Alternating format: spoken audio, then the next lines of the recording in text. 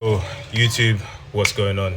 Scarface in the building. I just checked the calendar, the timer thing that I'm using to track the last time I consciously released, and even unconsciously. I don't have wet dreams. And it's been 79 days since last release. And obviously, I can't make videos every single day because I have over 100 videos on this page.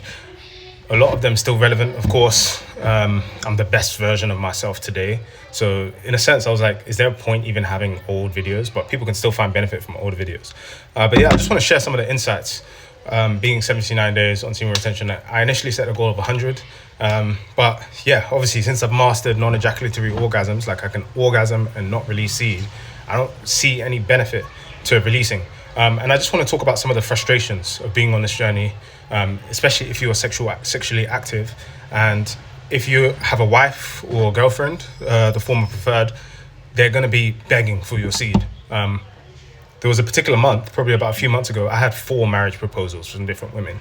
I've had, especially since my time in this country, I've had several women asking me or wanting me to father to basically give them my seed so that they could have children from me. So that's some of the struggles let me not say struggles, that's some of the situations you have to deal with as you sort of get further on the journey.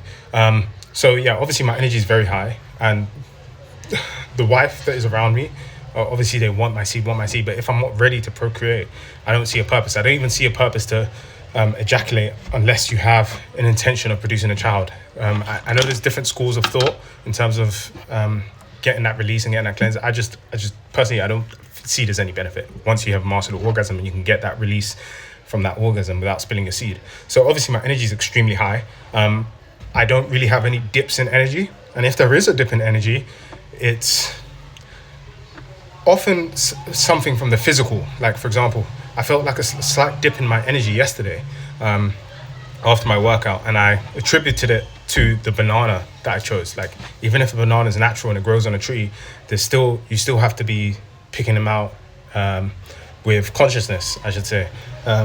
You can't just pick. Some bananas are not good to eat, even if they look like they're ready. Especially, I'm in Africa, so things are a bit different for me right now. When I was in the Caribbean, it's a bit different.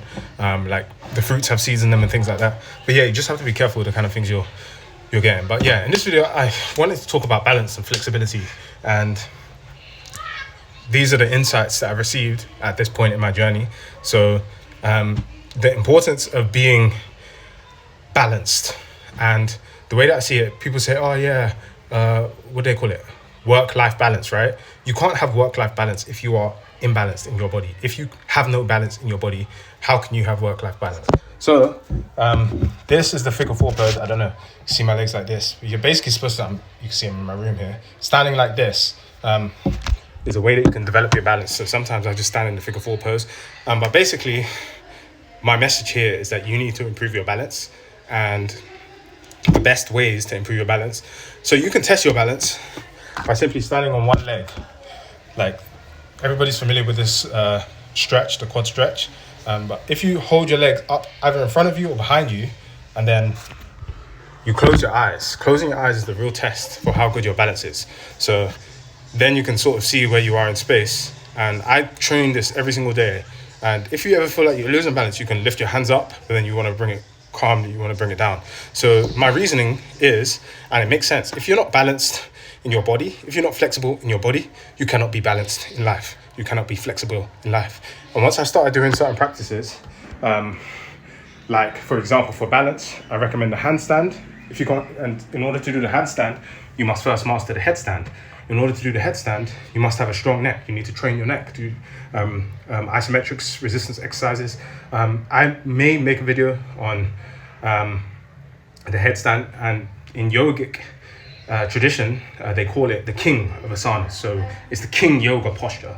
So this is something that you can do. Strength is not a concern if you when it comes to handstands and headstands. Strength is not a concern. It's all about balance. So if you cannot, and I was just telling my brother this, if you cannot stand on one foot with your eyes closed, because he was wobbling and shaking, then he checked, he was better with his right leg, his dominant leg, but he couldn't do it. I said, if you cannot stand on one foot with your eyes closed, how could you ever expect to do a handstand? You're not balanced, so you have to train that. Flexibility, I could potentially talk about that one, but since I'm a martial artist, I have to be flexible because I need to be able to kick someone in the face who's 6'4". So this is a good exercise. I'm sure you've seen the crow pose. Sorry, I'm in a very tight place right here. So you're just balancing. This is a good exercise to develop your balance. The same as the these shoulder taps here. Very good. Just keep your core as straight as possible, slow. I do 20 reps as part of my warm up. The crow pose, I do 3 sets, 20 to 30 seconds. I do wall walks for the handstands. Let me see if I can show you here. If you can't do a handstand just yet, you can just walk up the wall. So my hands are mad slippery. Yeah, you just hold it like this. And there's different progressions, like you can 10 seconds, walk down. My hands are mad slippery because I'm sweating. But yeah, those things are great for building your shoulders as well. Since I've been practicing more handstands and headstands and more calisthenics, I've noticed build up in my shoulders. But yeah, the topic of this video is actually the headstand. So there's different variations of this. Shit, my hands are mad slippery, one moment. So there's different variations of this. And this is why I say this is what balance is so important. You realize, because people are like, oh, listen to music, blah, blah, blah.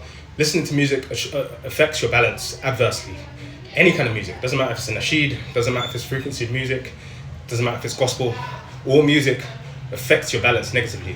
Silence is the best. So this is one of the best mudras to practice to attain balance. Right here, hands together, because you can see it's balanced. The Hakini mudra as well.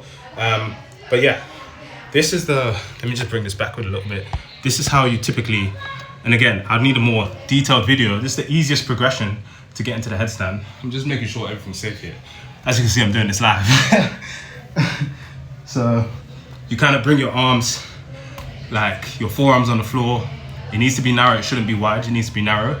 And you kind of like slot your head into your hands. I've got my hands like this. Kind of slot your head into your hands. Shit, my forearms are mad slippery. I'm actually gonna get something. So I've got something for my forearms now. So again, just slot my head into here and just kind of pick up. Sorry, you can't see it from the side. Maybe a side view would be better, but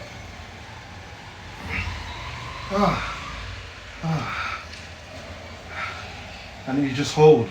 There's so many benefits to doing this exercise. Just Google headstand benefits. Increases your blood flow to the brain, and most importantly for me, it increases your balance. Then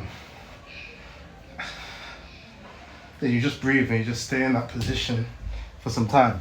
But yeah, you can master that probably within a month. Can be quicker. When I mastered it, it took about a week. Yeah, and the same with flexibility. So once I mastered that, I found my balance overall in life and my execution in my day-to-day tasks were a lot better. Same with the handstand. You could substitute that for the handstand, but obviously you could stay in headstand for longer, 2 to 3 minutes at the maximum. Same with flexibility. If you're not flexible in your body, like I'm trying to train my brother to touch his toes, like this is bare minimum, touch the floor. Like, and again, as a martial artist, so you can be more flexible to situations. Especially as a man, we follow routines, we follow disciplines and things like that. You need to be flexible because not everything's going to go according to plan. So you need to be able to, so that's why stretching, and this is why I prefer calisthenics, because you're training your body in all ways. You're training your body to be the best it can be. So, yeah, that's the video.